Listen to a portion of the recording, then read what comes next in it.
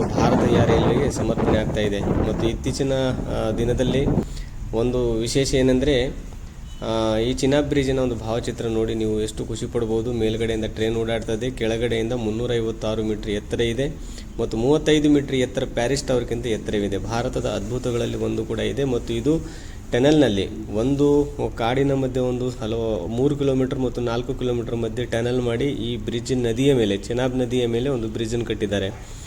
ಈ ಬ್ರಿಡ್ಜಿನ ವಿಶೇಷ ಏನೆಂದರೆ ಇದು ಗಾಳಿ ಮತ್ತು ವಾತಾವರಣ ಏನೇ ಬದಲಾವಣೆ ಆದರೂ ಈ ರೈಲ್ವೆಯ ಗಾಡಿಗಳು ಓಡಾಡಲಿಕ್ಕೆ ತೊಂದರೆ ಆಗುವುದಿಲ್ಲ. ಇದನ್ನು ಭಾರತೀಯ ರೈಲ್ವೆ ಮತ್ತು ಕೊಂಕಣ್ ರೈಲ್ವೆ ಮಾರ್ಗದರ್ಶನದ ಮಧ್ಯದಲ್ಲಿ ಭಾರತ ಸರ್ಕಾರ ಈ ನಿರ್ಮಾಣದ ಉಸ್ತುವಾರಿಯನ್ನು ವಹಿಸಿಕೊಂಡು ಅದ್ಭುತವಾದ ಕಟ್ಟಡವನ್ನು ಕಟ್ಟಿದ್ದಾರೆ. ಇದರ ಮೇಲೆ ಟ್ರೈನ್ಗಳ ಓಡಾಟವಾಗಿದೆ. ನಾನು ಕೂಡ ಇಲ್ಲಿ ಈ ಭಾಗದಲ್ಲಿ ನೋಡಿ ಮತ್ತು ಈ ಜಮ್ಮು ಕಾಶ್ಮೀರದ ಮಾಧ್ಯಮ ಮಿತ್ರರೊಂದಿಗೆ ಹೋಗಿದ್ದೆ. ನಾನು ಈ ಒಂದು ಕಡೆಯಿಂದ ಮತ್ತೊಂದು ಕಡೆ ಹೋಗುವುದು ಕಣ್ಣಿಗೆ ಆನಂದವನ್ನು ನೀಡುತ್ತೆ. ಕಾಶ್ಮೀರಕ್ಕೆ ಹೋಗಬೇಕಾದ್ರೆ ಇದು ಚೆನಾಬ್ ಬ್ರಿಡ್ಜನ್ನು ನೋಡ್ಕೊಂಡು ಬರಬೇಕು ಅನ್ನೋದು ಒಂದು ಕಲ್ಪನೆ ಆಗಿಬಿಟ್ಟಿದೆ. ಇದು ವಿಶೇಷವಾಗಿ ಭಾರತೀಯ ಯಾತ್ರಿಕರಿಗೆ ಅನುಕೂಲ ಆಗಲಿಕ್ಕೆ, ಭಾರತದ ಆರ್ಥಿಕ ಅಭಿವೃದ್ಧಿಗೆ ಅನುಕೂಲಕ್ಕಾಗಲಿಕ್ಕೆ ಮತ್ತು ಜಮ್ಮು ಕಾಶ್ಮೀರ ಮತ್ತು ಭಾರತೀಯ ಬೇರೆ ಬೇರೆ ರಾಜ್ಯಗಳಿಗೆ ಜಮ್ಮು ಕಾಶ್ಮೀರದ ಜನರ ಸಂಪರ್ಕವನ್ನು ಅಭಿವೃದ್ಧಿಯಾಗಲಿ ಮತ್ತು ಜಮ್ಮು ಕಾಶ್ಮೀರದಲ್ಲಿ ಆ ಕಾಶ್ಮೀರ ರಾಜ್ಯದಲ್ಲಿ ಬೆಳೀತಕ್ಕಂಥ ಎಲ್ಲ ಆಹಾರಗಳನ್ನು ಮತ್ತು ದವಸ ಧಾನ್ಯಗಳನ್ನು ಮತ್ತು ಬೇರೆ ಬೇರೆ ಥರದ ಆರ್ಥಿಕ ಅಭಿವೃದ್ಧಿಗಾಗಿ ಬೇಕಾಗಿರ್ತಕ್ಕಂಥ ಹಣ್ಣು ಹಂಪಲುಗಳನ್ನು ನಮ್ಮ ಬೇರೆ ರಾಜ್ಯದ ಎಲ್ಲ ಮೂಲೆ ತಲುಪಲಿ ಮತ್ತು ಜಮ್ಮು ಕಾಶ್ಮೀರದ ಆರ್ಥಿಕ ಅಭಿವೃದ್ಧಿಯಾಗಿ ಮುಂದುವರಲಿ ಅನ್ನೋದು ಉದ್ದೇಶವಾಗಿದೆ. ಮತ್ತು ಅದೇ ಜೊತೆಯಲ್ಲಿ ನಾವು ಇನ್ನೊಂದು 2ನೇ ಬ್ರಿಡ್ಜನ್ನು ನೋಡಿದ್ದೀವಿ, ಚಿನಾಬ್ ಬ್ರಿಡ್ಜ್. ಇದು ಅಂಜಿ ಬ್ರಿಡ್ಜ್ ಇದೆ.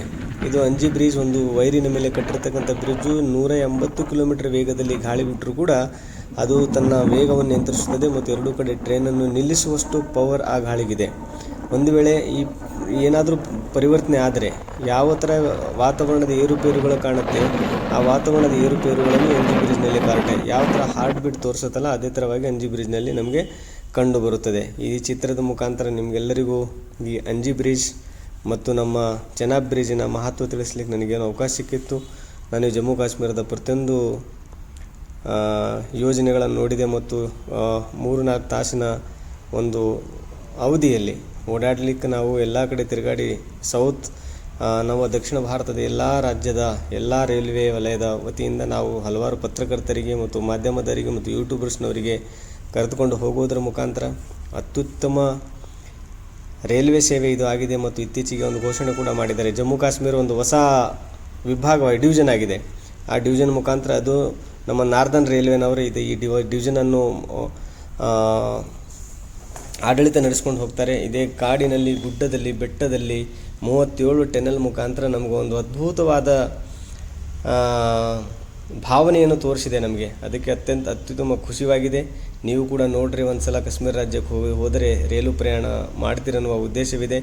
ಭಾರತೀಯ ರೈಲ್ವೆಗೆ ಮತ್ತು ನಮ್ಮ ಇಂಡಿಯನ್ ರೈಲ್ವೆಗೆ ಎಲ್ಲರಿಗೂ ಧನ್ಯವಾದಗಳನ್ನು ಅರ್ಪಿಸ್ತೀನಿ. ಮತ್ತಷ್ಟು ಮಾಹಿತಿಗಾಗಿ ನಿಮ್ಗೆ ರೈಲ್ವೆಯ ಪ್ರತಿಯೊಂದು ಅಪ್ಡೇಟ್ಗಳು ಮಾಡಲು ಇಷ್ಟಪಡ್ತೀನಿ ನಾನು.